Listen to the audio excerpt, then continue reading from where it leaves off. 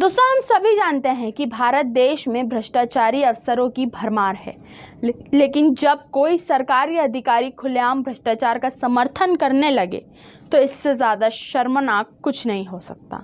दोस्तों, कुछ ऐसे ही मामले मध्य प्रदेश के पड़ोसी प्रदेश छत्तीसगढ़ में देखने को मिल रहे हैं, जब वहां की सूचना आयुक्त ने सबके सामने भ्रष्टाचार का समर्थन कर दिया।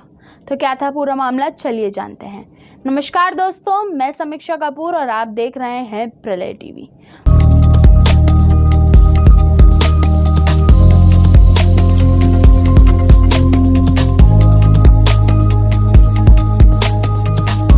दोस्तों, विकास कार्यों में भ्रष्टाचार किस तरह अपनी पैठ बना ली है, इसका उदाहरण तब देखने को मिला जब छत्तीसगढ़ के मुख्य सूचना आयुक्त ने एक सेमिनार में कह दिया कि बिना भ्रष्टाचार के विकास ही संभव नहीं है।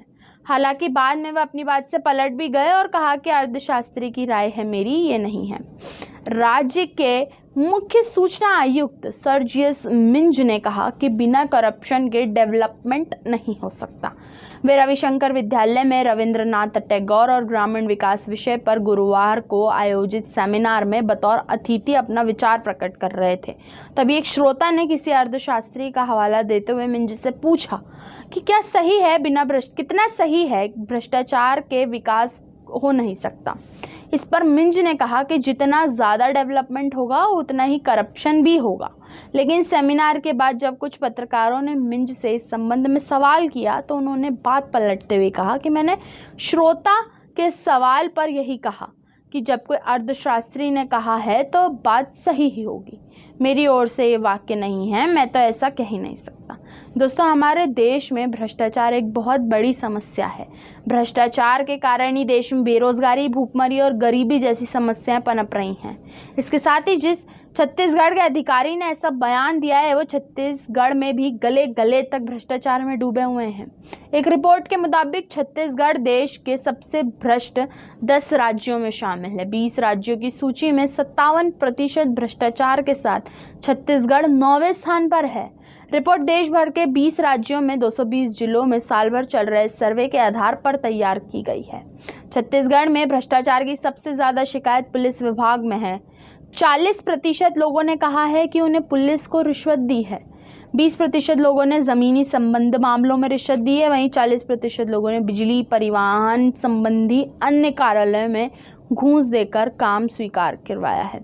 रिपोर्ट के मुताबिक सार्वजनिक भ्रष्टाचार या घूसखोरी उन विभागों में है जिनसे सीधे सीधे जनता का सरोकार होता है।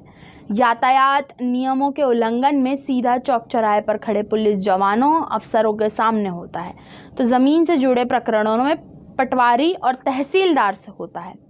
बिजली मीटर लगवाने से लेकर भार बढ़ाने तक जल्द काम करवाने के मामलों में बिजली ठेकेदारों से आमना सामना होता है। जबकि आप खुद ही सोचिए दोस्तों कि जिस प्रदेश का भ्रष्टाचार उसके विकास में रोड़े अटका रहा हो, वहाँ के अधिकारी का ये मूर्खतापूर्ण बयान कितना शर्मनाक है। हम कुछ समझ सकते हैं कि जो अधिकारी भ्रष्टाचार का इस तरह शाब्दिक समर्थन कर सकता है, वह अपनी ड्यूटी के दौरान किस तरह का भ्रष्टाचार करता होगा।